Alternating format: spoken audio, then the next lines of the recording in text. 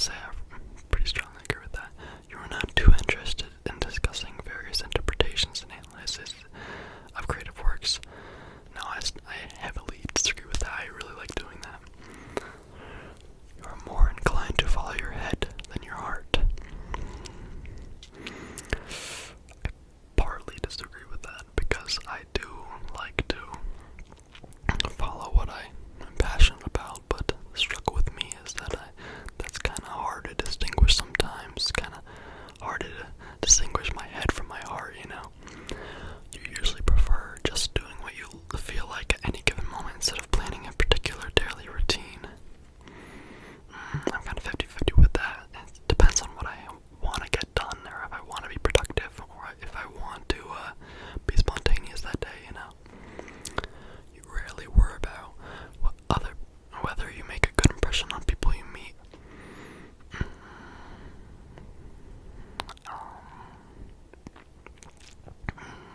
This is a hard one.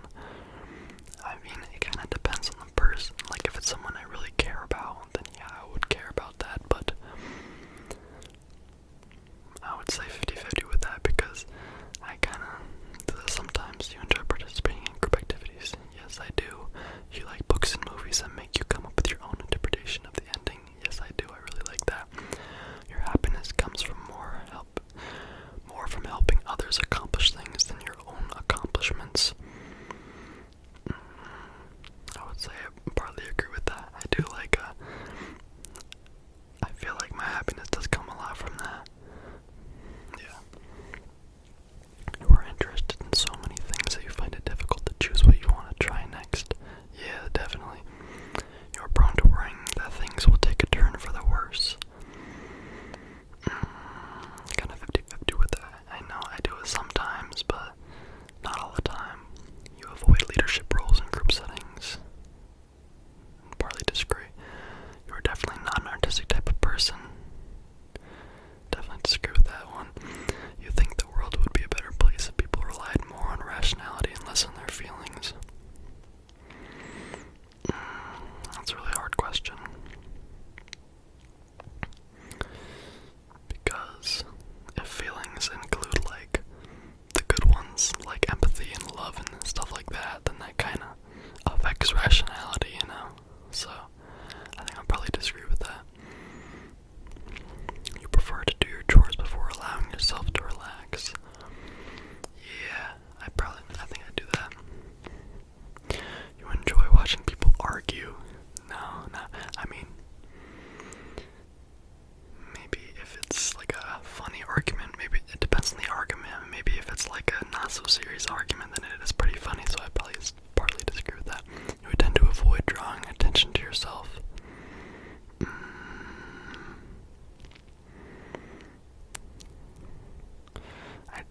Sometimes, yeah, but yeah, your mood can change very quickly. Kinda. You lose patience with people who are not as efficient as you. No. You often end up doing things at the last possible moment.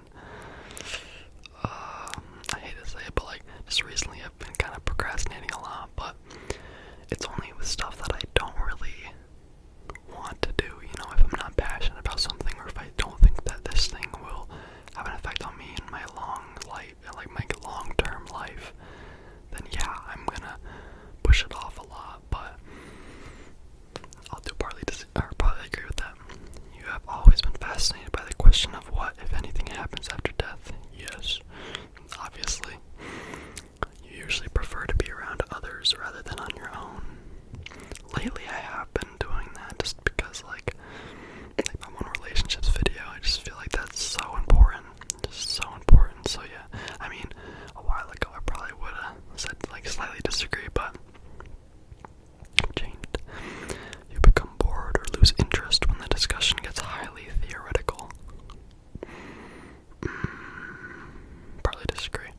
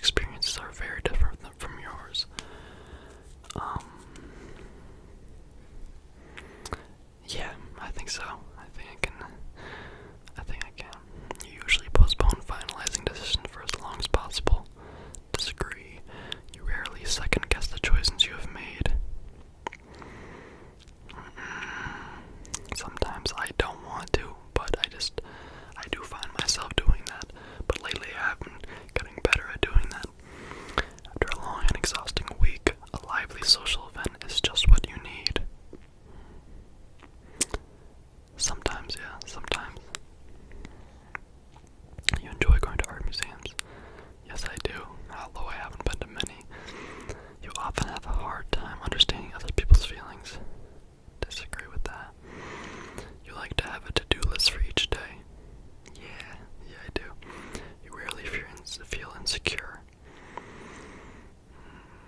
I kind of disagree with that. I know I don't like it, and I'm aware of it. That it's not really a use to be insecure. But I do. The way my brain's wired, I guess, the way I was raised, I kind of just always have had that little back of my mind thing that it's all kind of hard to tell, but let's a little bit disagree. I think I've been getting better at that, though. You avoid making phone calls. No. You often spend a lot of time trying to understand views that are, yes, I love doing that. It's the most, interesting things about humans, the fact that we can all think differently. So many people take that for granted, they think that their mind is just, their way of thinking is just better than everyone else's. It's crazy to me because we're just all made up of the same stuff, just in different compositions, it's just crazy. I just think that understanding views from other people, or that, especially that differ from your own views, is so beneficial. It's insane. In your social circle, you are often the one who contacts your friends and initiates activities. I would say sometimes, yeah. If your plans are interrupted, your top priority is to get back on track as soon as possible. Yeah. You're still bothered by mistakes that you made a long time ago. No, I don't really think about them as much. I kind of just keep living, You rarely contemplate the reasons for human existence or the meaning of life. Definitely no. Your emotions control you more than you control them. Disagree with that. You take great care not to make people look bad even when it is completely their fault.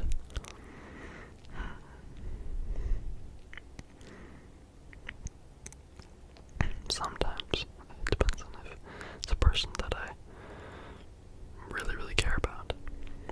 Your personal work style is closer to spontaneous bursts of energy than organized and consistent efforts. I'd say I'm right in the middle, sometimes it can be like that, sometimes I'm very organized. When someone thinks highly of you, you wonder how long it will take them to feel disappointed at you. No, I don't really do that. You would love a job that requires you to work alone most of the time. No. You believe that pondering abstract philosophy... Definitely not. Definitely not. You know me. You believe that pondering abstract philosophical questions is a waste of time. If you think that, then, you should probably, get a hobby of, asking questions, because you definitely won't regret it. I'm just saying. You feel more drawn to places with busy, bustling atmospheres than quiet, intimate places.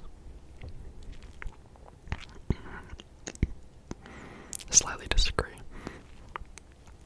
You know at first glance how someone's feeling. Slightly disagree. I don't think anyone really can. You often feel overwhelmed. I do. You complete things methodically without skipping over any steps. Sometimes, yeah. You are very intrigued by things labeled as controversial. Yes. You would pass along a good opportunity if you thought someone else needed it more. Yes. You struggle with deadlines. No. You feel confident that things will work out for you. Yes, because everything will work out in the end, And if it doesn't, then it's not the end. This will determine your avatar. Okay. Your personality type is a protagonist. So I'm 73% extroverted,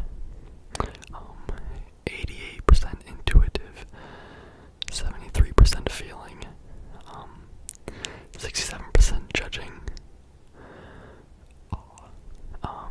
and 65% assertive. So, and then I'm 27% introverted, 12% observant, 27% thinking, 33%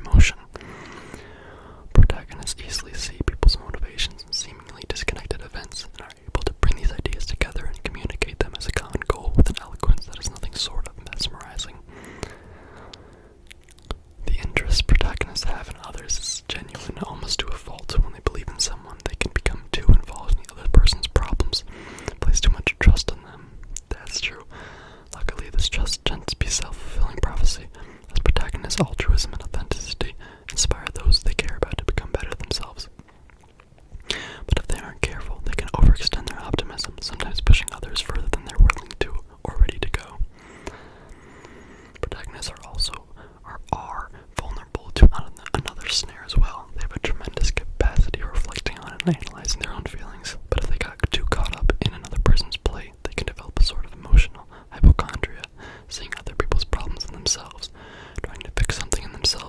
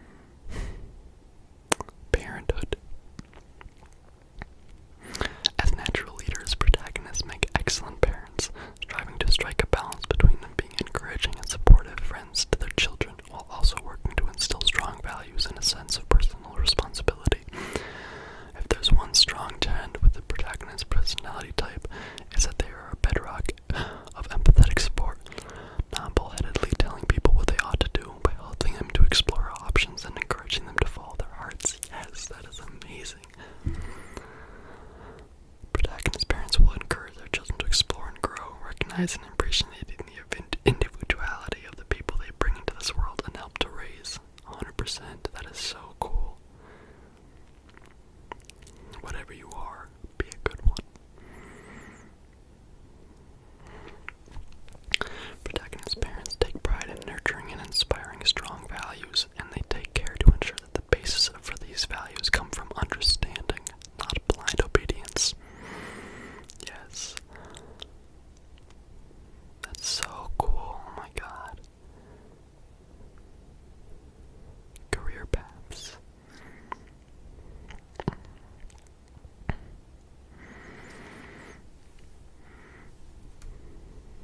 When it comes to finding a career, people with the protagonist personality type cast their eyes towards anything that lets them do what they love, helping other people. Lucky for them, people like being helped and are even willing to pay for it, which means that protagonists are rarely wanting for inspiration and opportunity in their search for meaningful work.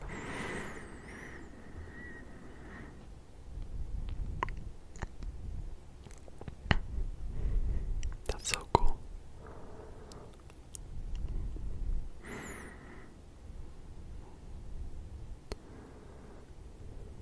That's amazing. There's a section for workplace habits and a conclusion.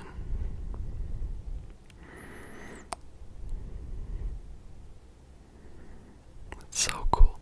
Okay, I'll read the last paragraph of the conclusion.